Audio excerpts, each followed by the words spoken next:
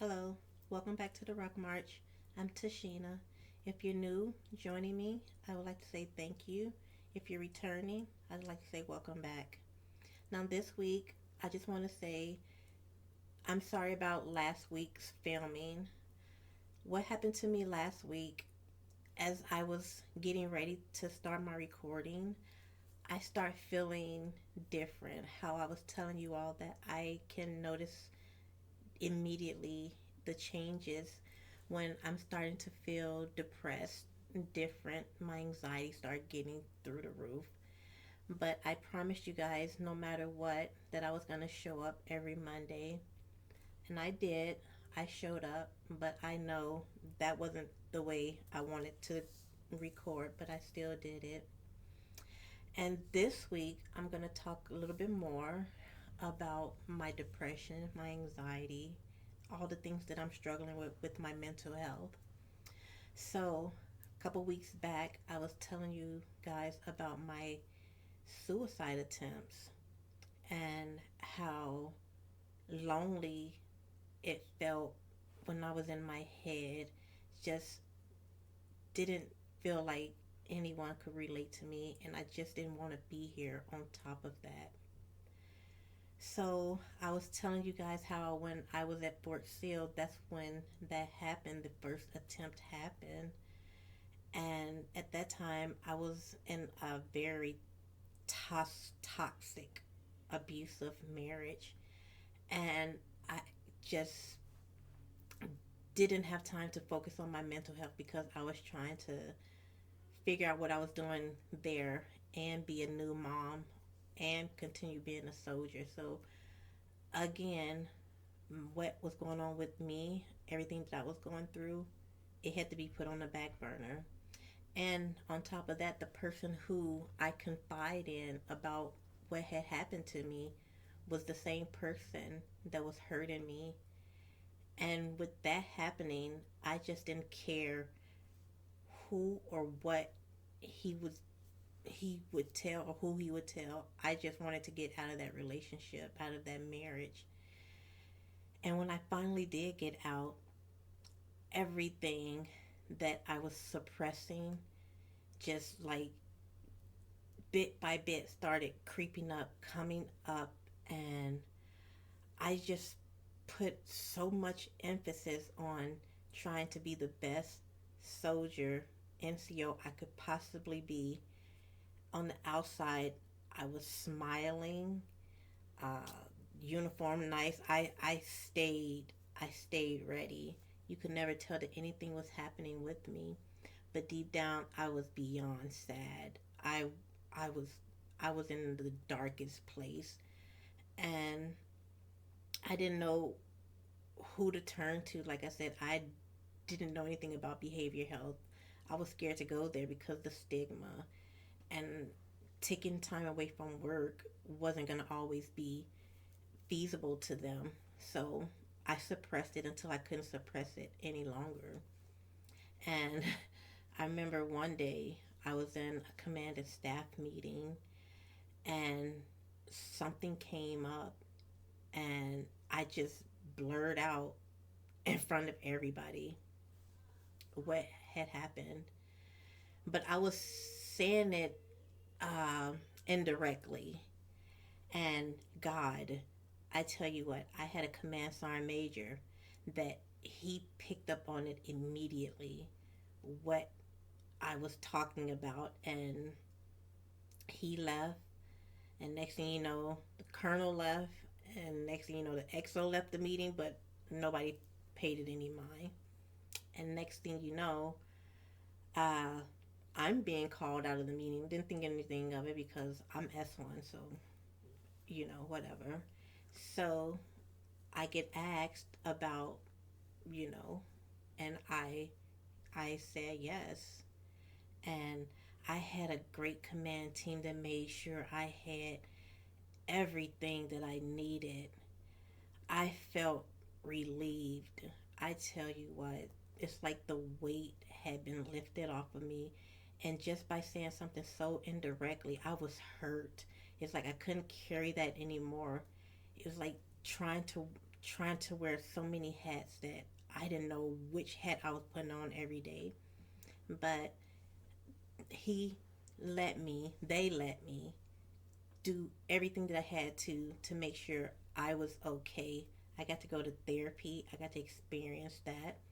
And like I said, once it start um, getting into motion, me going to counseling and stuff like that, talking about everything, to me, it got to be a bit much because now I'm noticing that I'm away from work too much. And I don't want nobody else questioning, hey, where's this NCO at? So I would act as if, okay, I'm getting it.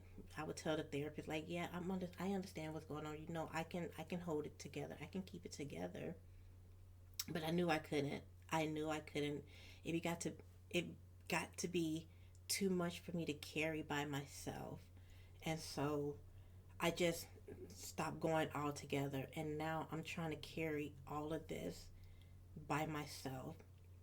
And with me trying to carry all of that, a new relationship had formed.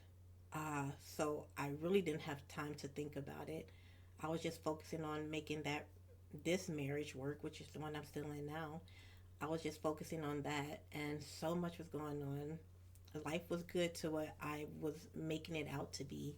I was acting as if nothing was wrong. I was happy, trying not to let him know that, hey, something's going on up in my head or whatever, because I don't know how he would have reacted if I would have said to him, hey, I'm struggling with mental illness, because he's a veteran as well. So I suppressed that for a long time. And then eventually I left Fort Sill and I come back, not come back, excuse me, I come to JBLM on Washington State. I got stationed there, and for a little bit, it was good. It was good, but I knew deep down inside, oh my goodness, that pot was boiling back up. So nobody knew what was going on. It was it was hard to see that anything was wrong with me because, like I said earlier, I was smiling. I was trying to hang out, trying to maintain friendships, doing my work, being where I'm supposed to be. I wasn't trying to have anything show with what was going on with me until, again, I couldn't take it anymore. The weight just begun. It got to be too much, and I rushed back out for help. And this unit that I was with, oh, they let me go. They they understood what was going on with me. So going to behavior health, it was okay, but to me it wasn't okay because I had to try to get everything out in that 1 hour session. Like I said, it's hard to try to talk about everything within an hour of what's going on with you to this person, and sometimes you don't really feel like talking. So I would go to therapy, and it was like, oh my god, it was I was going to therapy like twice a month, and this was going on for like a year and a half. To I just like, this is too much, and I was in this high pace unit battalion. I loved the work, but it was too much. It was too much because I know I wasn't there. And even with me trying to maintain my friendships and everything, that was stressful and becoming hard in itself. Began to be too much work, and I I cracked under pressure yet again. So in 2000 and 2014, 2015, I tried to commit suicide again. It's just like, I know they want me to seek out the help, but I just didn't have enough time to address everything and to satisfy everybody. So I was I was hospitalized for, for my suicide attempt because I was telling my leadership that something was wrong with me, and they would not push it to the side, but they wasn't taking it as serious as I thought they would. So I would stop telling people until I just couldn't stop telling people. Because a couple times after that incident, me being hospitalized, whoo, my commander and first sergeant was like, "We did not know it was this bad, Sarnvi." And I was like, "Yeah, I've been trying to tell them, but I've just, I've been trying to stay doing the right thing, stay mission focused, mission driven." And they saw me, and I tell you, I did not look like this. I was stressed out. I was malnourished. I was drinking and not telling anybody that I was suffering with that. And on top of that, drinking. But by the grace of God, I was able to perform all of my duties, stay in the game, you know. And when I got out the hospital, they put me back into behavior health, and I wasn't taking it as serious because I just can't see me being out the fight and thinking like, damn, everybody else will know what's going on with me from all this absence that I'm doing, and me being in this leadership position. It wasn't a good look on me on my behalf. So I swallowed a lot of that down, and yeah, I kept it to myself. But I'm saying that to say this because every Monday, no matter how I show up, I'm gonna show up. Whether I'm sad, but I don't want to get in front of this camera and talk to you guys and ever be sad. But if I do, it's the real me. And there's no magic pill for what I'm going through. I'm gonna always have depression. My PTSD is gonna always be with me. I'm gonna always have nightmares. But this is what gives me comfort right now. I found comfort sitting in front of this camera, talking into this microphone, talking to you guys, everybody that's willing to listen to me, listen to a piece of my story that I put out pieces at a time because I don't want to give too much at once. But this is what gives me comfort right now, and I'm happy with it.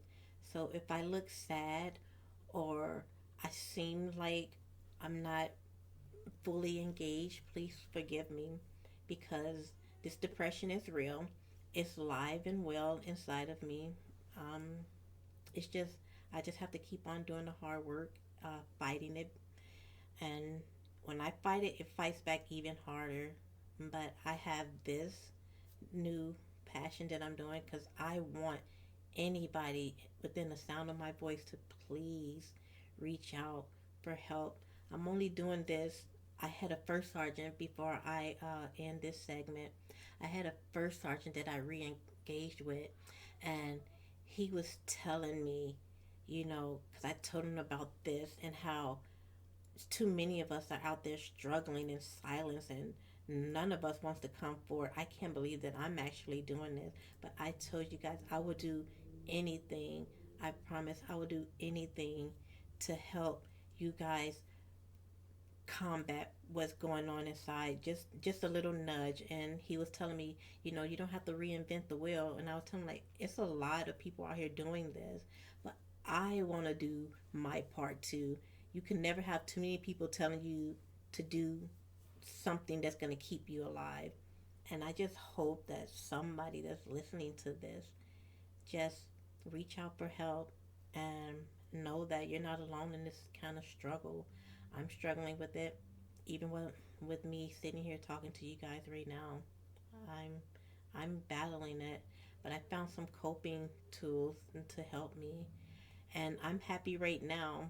I look happy, but inside I'm sad. I'm really sad, and it's gonna be like that. But I try not to let the sadness make its way to the surface. I want to keep on showing up right here, doing this for you all, and keep hope alive. If you're struggling, reach out for help. If you need me to help pay for a session, anything, anything to keep my veterans and soldiers, law enforcement, anybody, keep you here another day with your family, your friends. I'm willing to do that because this is a tough fight, and we have people that genuinely love us and want us here. So, whatever I can do to help, please let me know. And I always say at the end of my segments, you don't have to leave comments. I just hope that if you're hearing this, that you will reach out for help or have my story resonate in some kind of way to where you can say, "Hey, it's okay. What I'm going through. Somebody else is willing to get out here, put it out to the world what they're going through, and I can do this. And I'm here.